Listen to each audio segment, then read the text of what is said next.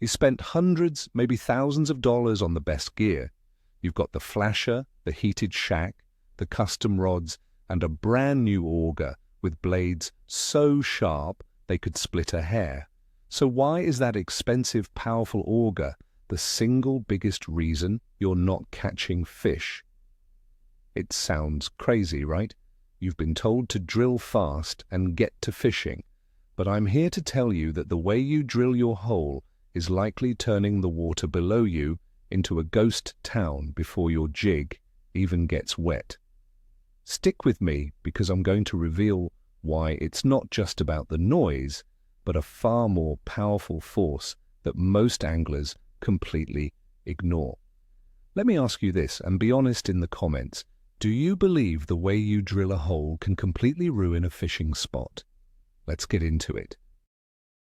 For generations, the approach to ice fishing has been straightforward. Get on the ice, find a spot, and rip a hole as fast as possible. Our fathers did it, their fathers did it, and it's become muscle memory for most of us. The roar of a two-stroke engine has become the official sound of winter. We associate the speed of the cut with efficiency. The faster the hole is drilled, the quicker we can start fishing. This belief is so ingrained that we rarely, if ever, stop to question it. We see a guy struggling with a dull auger and think he needs to sharpen his blades, he's probably not scaring as many fish. But what if this entire get-it-done-quick philosophy is fundamentally flawed? What if the very act we see as the start of our fishing day is actually the end of it for any fish that were nearby? It's time to unlearn what we've been taught and look at this from the fish's perspective. First, let's understand the world you're breaking into. The environment under the ice is not a silent, peaceful winter wonderland. Think of that sheet of ice, whether it's 6 inches or 2 feet thick, as a massive frozen drum skin stretched tight across the entire body of water. Sound and vibration travel through this solid medium with incredible efficiency, far better than they travel through air. Every step you take, every time you drop your bait bucket, it sends vibrations radiating outwards in all directions. To the fish below, living in a world of water that also transmits sound wonderfully, you aren't walking on some distant surface. You are walking on their ceiling, and when you decide to start up a power tool on that ceiling, you are initiating an event that to them is nothing short of catastrophic.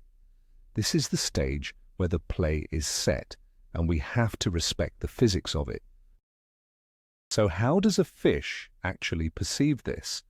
Fish don't have external ears like we do. Instead, they have an inner ear and, more importantly, a lateral line. The lateral line is a series of sensory organs that run down the sides of their body. You've seen it 1,000 times and maybe never thought about it. This isn't for seeing, it's for feeling. It detects the most minute changes in water pressure and vibration. It's how a predator detects the faint flutter of a dying bait fish from 20 feet away. It's how a school of perch moves in perfect unison. It is a full-body vibration detector of exquisite sensitivity. It's their primary defense and hunting tool. When we introduce a massive, unnatural vibration from above, we aren't just making a sound they hear. We are creating a pressure wave they feel in every cell of their body. It's a complete sensory overload. Now let's translate that. What does the auger sound like to a fish? To us, it's the familiar, maybe even exciting, sound of a small engine working hard. But to a fish, feeling it through the ice and water, it is an alien and terrifying event. The low-frequency grinding and high-frequency whining of the blades is not a natural sound. In the wild, loud, low-frequency vibrations usually mean one thing: danger. It could be a larger predator attacking or something heavy falling into the water. It triggers a deep, instinctual flight response. Your auger doesn't sound like a dinner bell. It sounds like an earthquake. It's a signal that says something large, violent, and unnatural is happening directly above you. Leave, now! And because they have no idea what it is, their only safe bet is to put as much distance between them and the source as possible. Let's break down the first and most common mistake, the full throttle aggressive start. You walk up to your spot, you pull the cord, the engine screams to life, and you immediately jam the throttle wide open and plunge it into the ice. We do this because we want to get through the ice quickly. It feels powerful and efficient, but picture the scene from below. The lake is relatively calm, with just the subtle sounds of water and fish. Then, without warning, a deafening roar and a violent high-frequency vibration erupts directly overhead. It's a shock wave. This initial aggressive bite of the blades into the hard surface of the ice is the single loudest and most jarring part of the entire process. It's like setting off a firecracker in a library. Any fish in the immediate vicinity is going to react instantly, and their reaction is not going to be curiosity. Let's get into the physics of that initial cut for a second.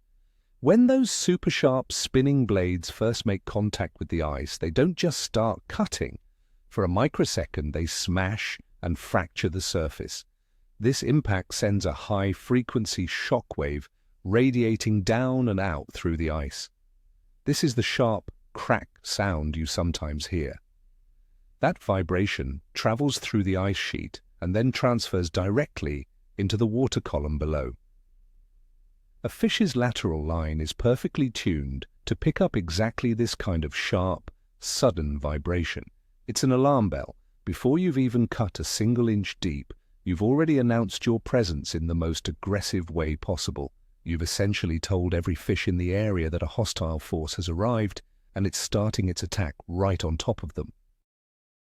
Now consider the blast radius of this event. The vibration from your auger doesn't just go straight down. Like the ripples from a stone thrown into a pond, these vibrations travel outwards through the ice in all directions, and they travel a lot farther than you think.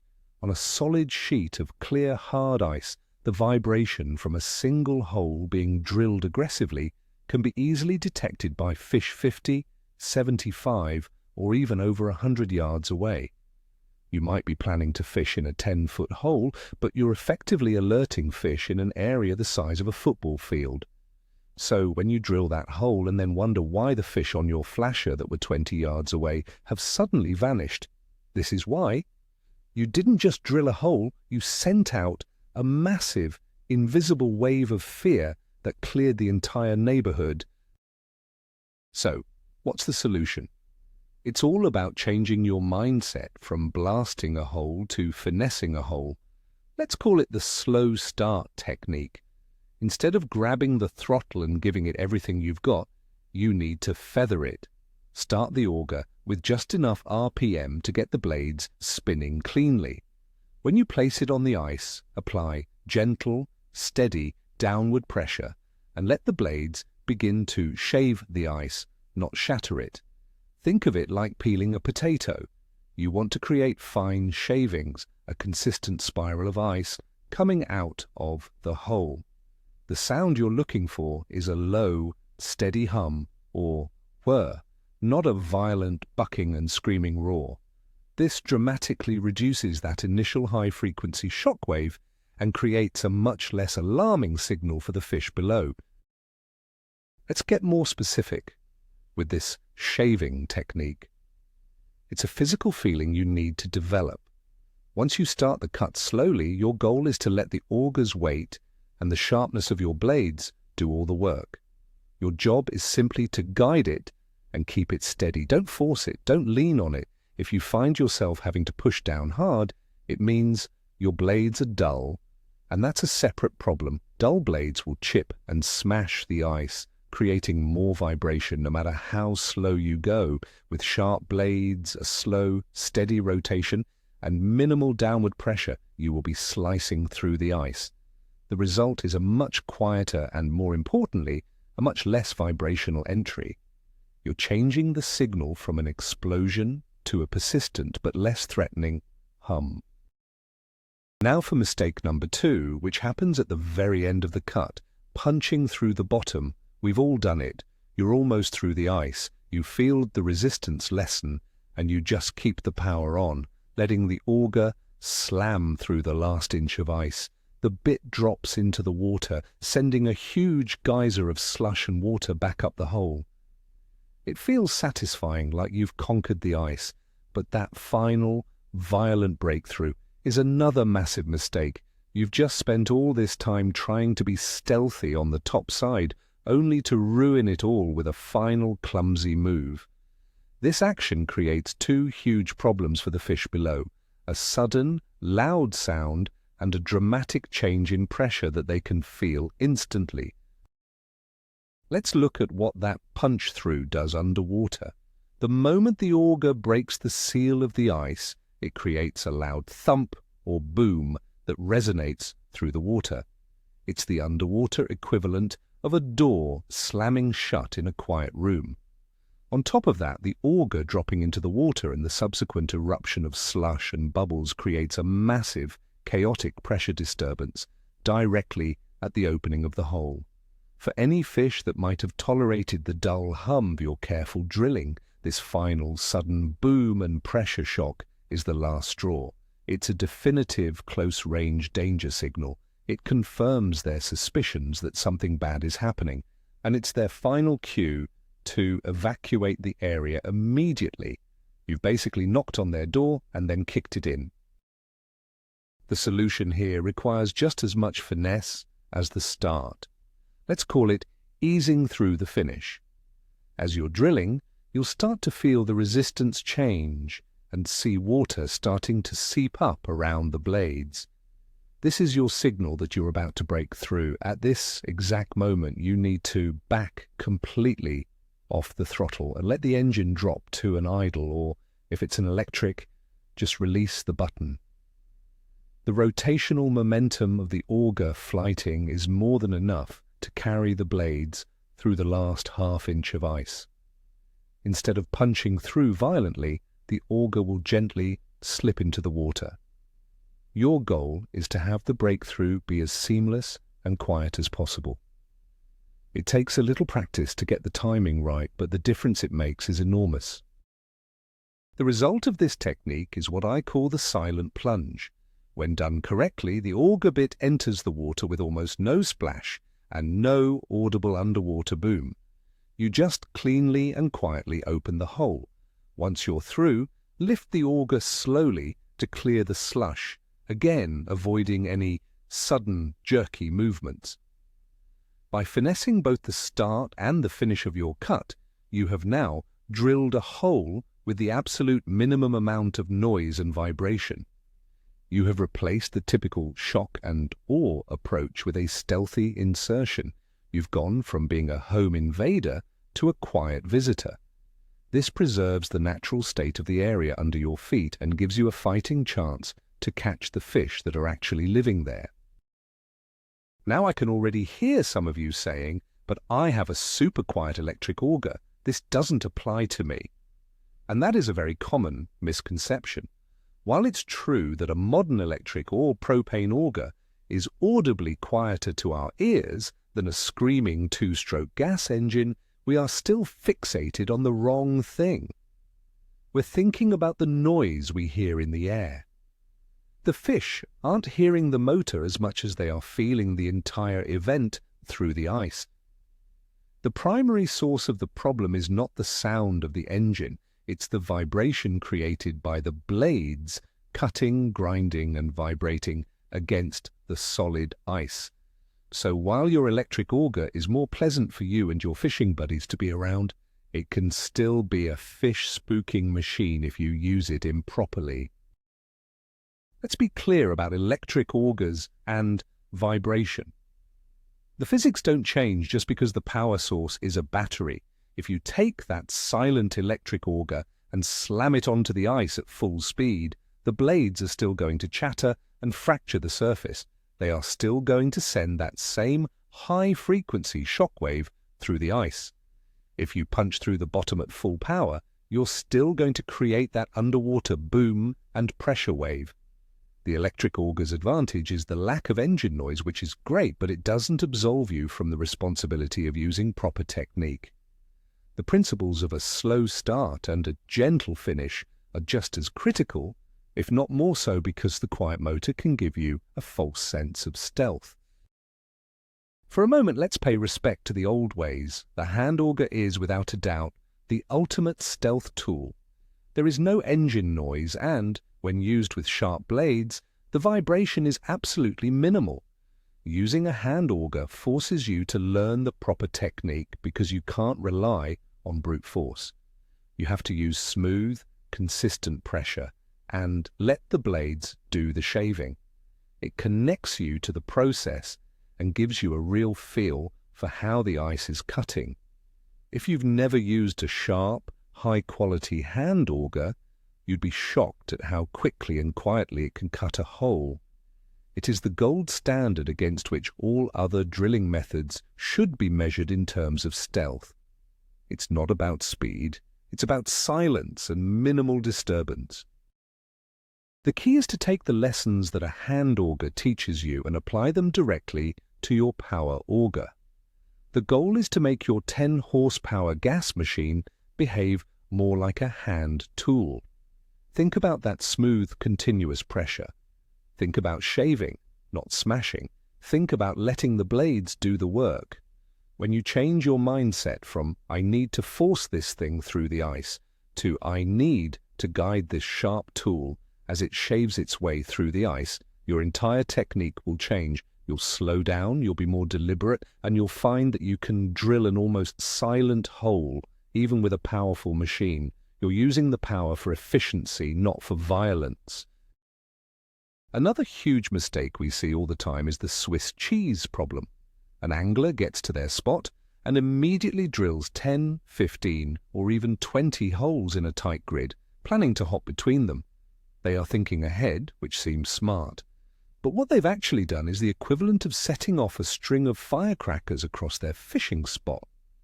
Each hole, even if drilled carefully, introduces a significant amount of disturbance.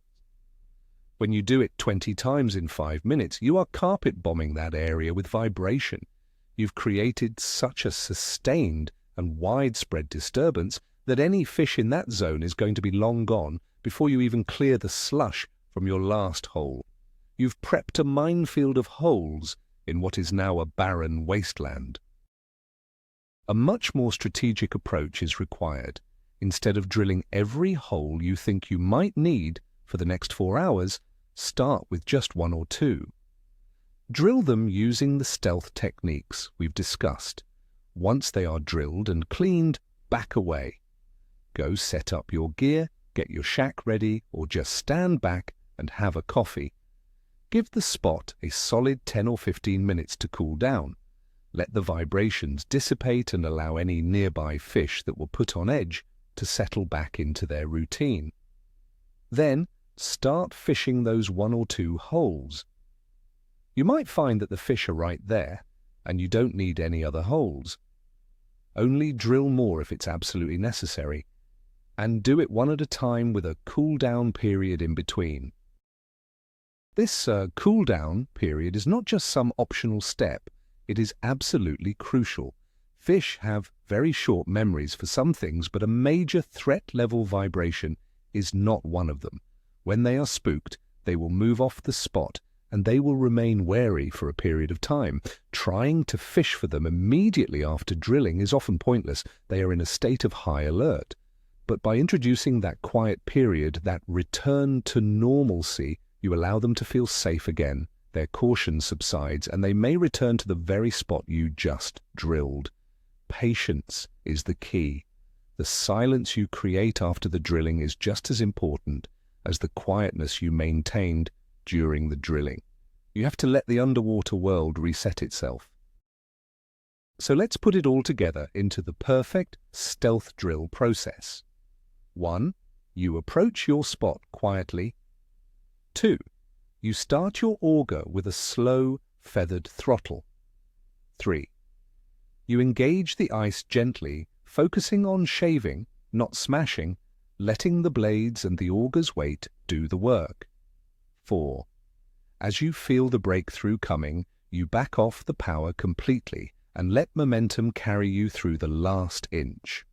5. You lift the auger out slowly and clear the hole with minimal splashing. And 6. The final step, you wait. You give the spot at least 10 minutes to recover. This entire process is a deliberate, respectful, and strategic action. It's not a race. It's the first and most important step in convincing the fish below that you are not a threat. So, there it is. The big game-changing takeaway is this. Your ice auger is not just a tool for making a hole. It's a powerful signaling device, and for years, most of us have been sending the absolute worst signal possible. We've been screaming, "Danger, predator, earthquake," when we should have been whispering, "It's okay, nothing to see here." The real aha moment, the turning point in all of this, is when you stop thinking about the noise that you hear with your ears and start thinking about the low-frequency vibration that fish feel with their entire bodies. That is the world they live in, and it's the world we have to learn to operate in. Making this one simple change to your drilling technique, from a violent blast to a quiet finesse, can be the single biggest factor in turning a dead, frustrating day on the ice into a successful one. It can literally save your fishing trip before you even wet a line.